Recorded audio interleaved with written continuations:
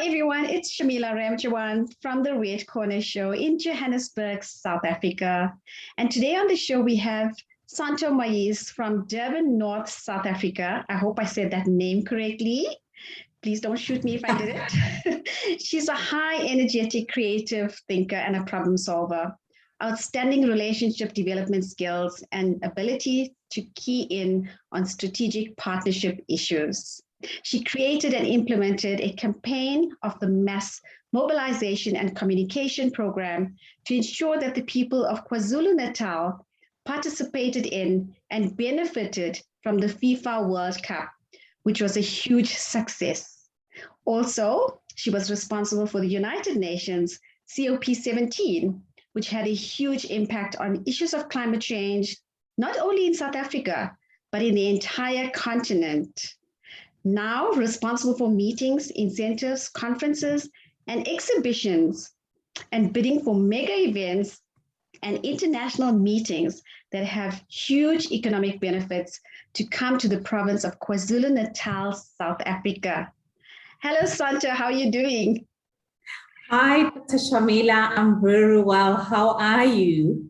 Very well, thank you. I am so jealous with your background because I really, really miss Durban. You know what? You can come to Durban. This is your second home. We're more than ready to welcome you. But thank you for having me in your wonderful show. I really appreciate you having me here today. Thank you very much. It's my pleasure. And I just want to get to know you. I mean, we've been following each other on social media for a long time. Yeah. And I think now is the appropriate time for me to actually ask you a little bit about yourself. If you want to tell us who is Sonto, a little bit about your background, anything that you'd like to share with us. Okay, it's always so difficult to talk about yourself, you know, but I'm going to try and be brief in terms of giving you who I am. My name is Sonto Mayise, as you have indicated.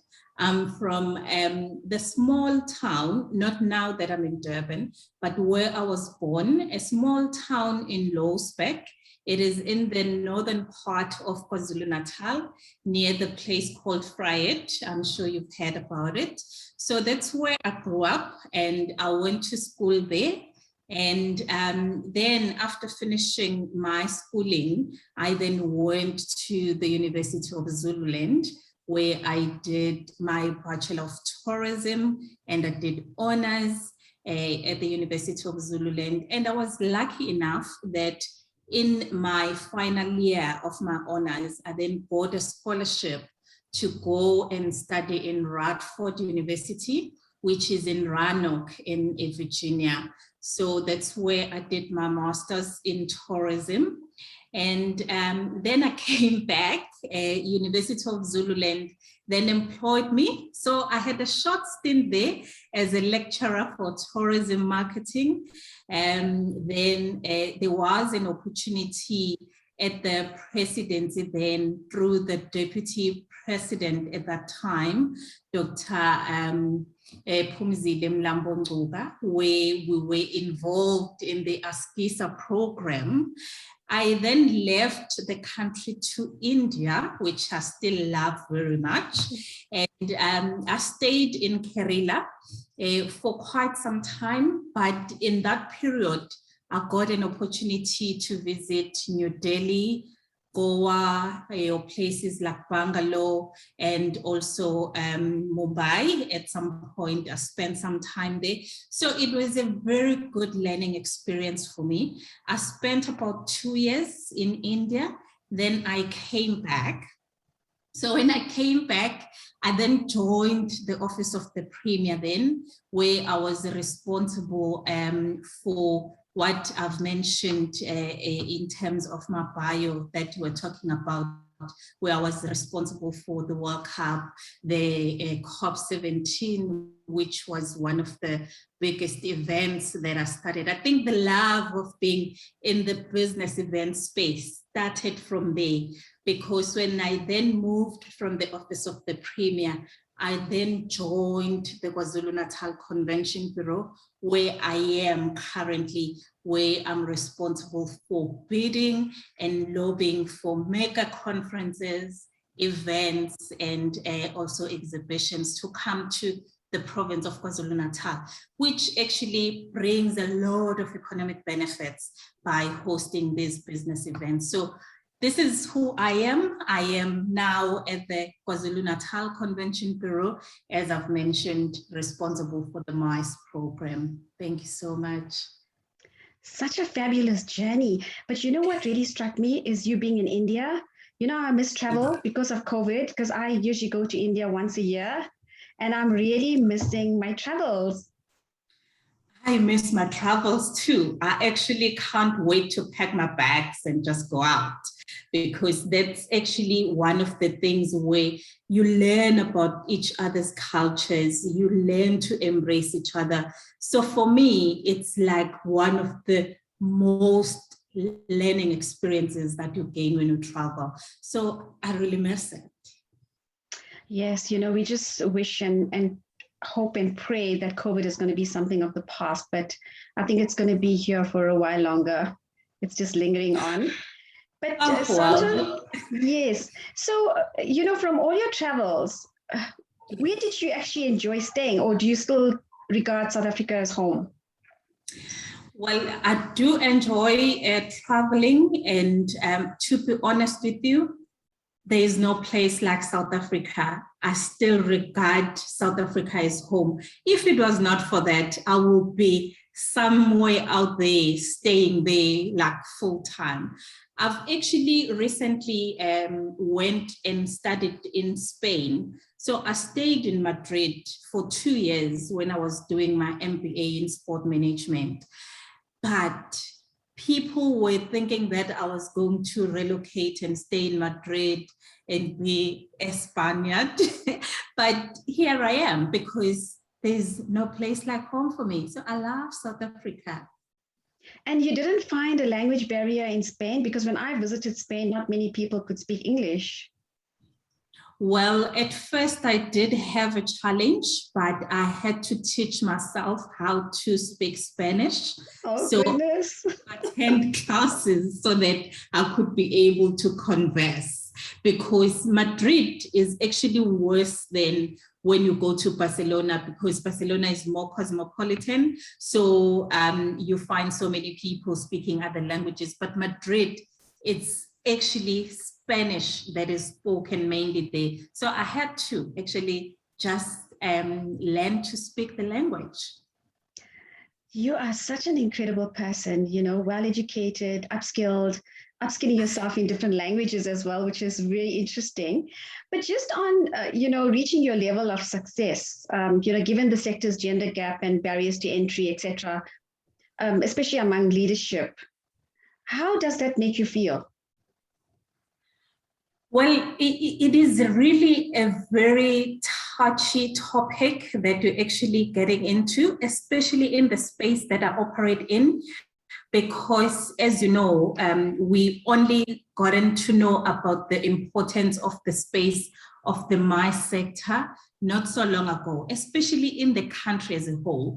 Mm-hmm. But when we came in, it was really very closed net kind of a space. So you have to push. So what that has taught me though is resilience, and also just knowing what you want.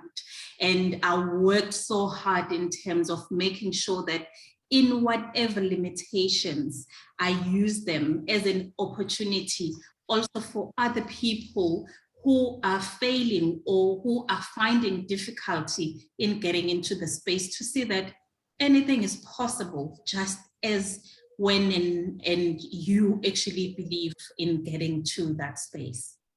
I think it's all about putting your mind to it and just making things happen, you know, and just, but you are an awesome go-getter. What would you say was your toughest hurdle or limitation? It's obviously what I was talking about, because when I came into the space, number one, people will tell you that you haven't been around, you don't have experience, you can't actually engage at an international level because the space is actually for certain people. So you actually get that. But also the difference in terms of the genders also come into play, because if you're a woman, they're looking to you and they're like, oh, okay, are you able to do 1, 2, and 3? But then that was a difficult hurdle for me. But I just told myself that I need to educate myself about the industry so that I am able to perform the duties accordingly. And in that way as well, it is very important to get mentors within the space, people who are going to assist you and carry you through, because if you don't have a mentor, then you are bound to fail. But if you have people who are going to be your building blocks, it then assists you to be able to learn and from them, by the way, and they will also show you the direction that you are able to take. So for me, it was getting people within the space who were willing to give their time and also to impart their skills, which actually made me to be stronger and also to be determined to continue within the space. Right now, I tell you, you cannot touch me. I'm actually now more educated in this MICE industry because of the people that were willing to assist me. I love that. And I think also with you being that go-getter, wanting to just, reach your goals, and you also have the passion for it. I can hear from the tone of voice, and you stuck to tourism. So it must be a passion. Yes, well, I think it's something that I love. I'm so passionate about it because, as I say, when I came into the space, I didn't know much about it, but because of the people, you have very nice people in the industry that are actually able to give you some information on how to get to business and how to lobby for business to come to your destination and all that. So it helped me, and the passion is the biggest drive for me. Yes, I so believe that. And, I agree with you. There's so much one can take away from what you just said. It's important to have a mentor. It's important to have a role model. And I think also perseverance, never give up on your dreams. So just continue. Absolutely. And just don't become complacent. I think those are the key messaging that goes out there. And never, ever think that you are too educated, because you learn every day. Absolutely. I love that, because you have people who know more than what you know. So you must always be willing to learn from them. Yes, it's important to pick up those pieces everywhere.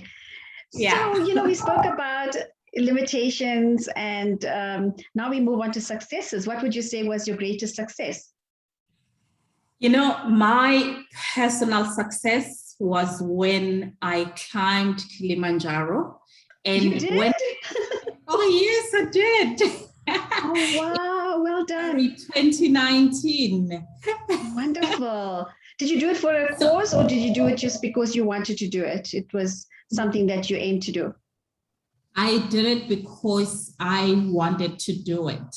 And I always say to people, I didn't even go hiking. I didn't go climbing. I decided, I made a personal choice, and I just went out there. In 6 days, when I summited, that's when I said, here I am. I can do absolutely everything with whatever I've learned in this journey. So it was a personal journey, and it is one of the journeys that I regard as one of the successful journeys that I've ever undertaken, because I learned a lot along that journey. When you spoke about resilience, that's when I actually learned to be more resilient, patient. I learned all that along the way, and came out stronger because it taught me that nothing is impossible when you put your mind into it. So that's what I actually learned in that journey. So it is one of my biggest successes. That is a major success, I must say. You know, I actually wanted to do Kilimanjaro. I think I thought about it 2 years ago. I spoke to my kids about it, went to my doctor, and my doctor actually said no. If you were much younger, maybe, because I've got asthma. So I've got asthma problem. So he says to me, no, don't take a chance. So yeah, hats off to you. Well done. Thank you so much. Thank you. Wow.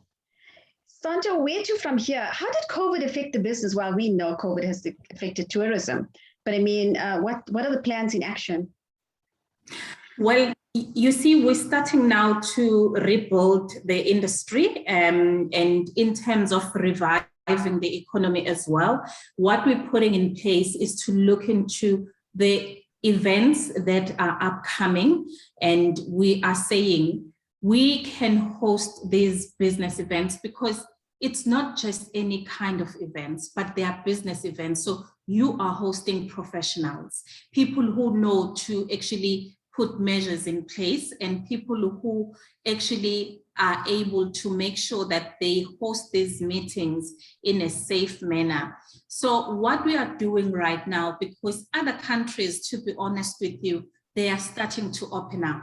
We've seen other hosting these business events, and we are saying, as South Africa and KZN, let us look into the ways that we can host these business events in a safe way, because we are not ignorant of the fact that we're still operating in a COVID situation, but we can work with the health professionals so that we are able to host these business meetings so that people can actually go back to work. People can start making money again. You see, the industry has been hard hit more than any other industry. So we are trying to revive the economy. So we've got like big events that are in the pipeline in the province of KwaZulu Natal.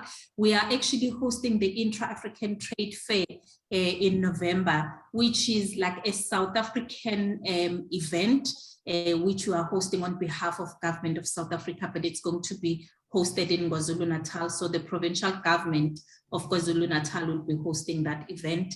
One of the things that we are hopeful will come out of that event, obviously, is the issue of intra-Africa trade, and in terms of making sure that the economies within the continent can be able to be revived after what we've gone through. So we are trying by all means to start now getting back into business. And we are lucky because the health professionals within the space of Department of Health, they are working with us in assisting us on how we can safely host these events. Let's hope for the best, because it could be speculation that there's another wave that's going to hit us. So let's just hope for the best. And I mean, November is around the corner as well. Yeah. As I say, we're not ignorant of the fact that we are in a COVID situation, but we remain hopeful. And whatever happens then, we'll then review and see what is happening. But in this case, we remain hopeful and positive. Yes. And what about the unrest? How did that affect you guys because, well, we know it affected the whole country, but in terms of events, and was there any damage to the ICC or, anything there with the unrest and the looting? No, fortunately, there was no damage at the ICC and any other venues that we use to host these international meetings. But also what we are doing, because it was an unfortunate situation, let us agree on that, but the situation that we didn't even expect.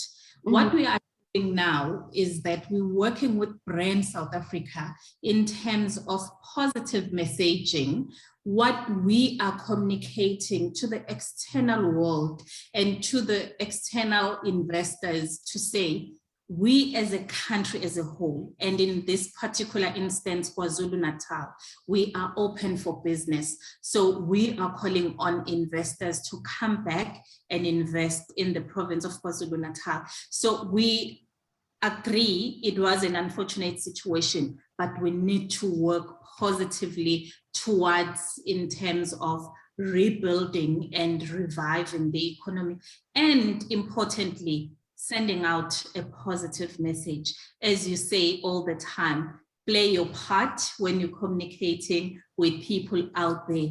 Positive imaging is important. So we're trying to build on positive messaging, and working with Brand SA has actually assisted us a great deal.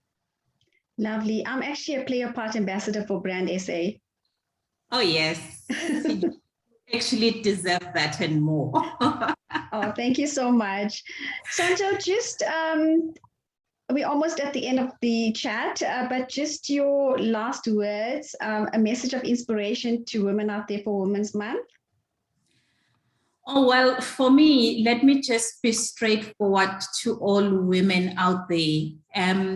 In whatever you do, you must follow your dreams. And you must always know that if your dreams don't scare you, so they are not big enough. So you must dare to dream, and you will absolutely reach for the stars. And just in closing as well, Dr. Shamila, it is very important to mention this, because we take these charts that you do for granted, but they're really, really empowering. And what I want to say to you, never stop empowering women. We see you and we appreciate you, because I believe that empowered women empower women. So thank you very much for being that kind of a woman to all of us. We do appreciate you. I personally appreciate you. Thank you very much. Oh, thank you so much for that. Awesome. I really appreciate those words. I wish you everything of the best for Women's Day as well.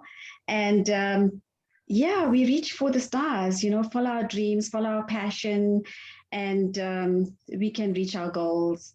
And you've done it. Absolutely. You're such an inspiration as well, you know, just continue learning, continue upskilling yourself. We can take away so many messages from this chat today. And I also, you know, we would like to wish everybody everything of the best for Women's Day. And we look forward to chatting to more inspirational women this month on the Red Corner Show. And if you would like to be on the show as well, drop me an email, redcornershow@gmail.com, and you too could be chatting and inspiring others. Take care, all the best. Bye. Thank you so much. Bye.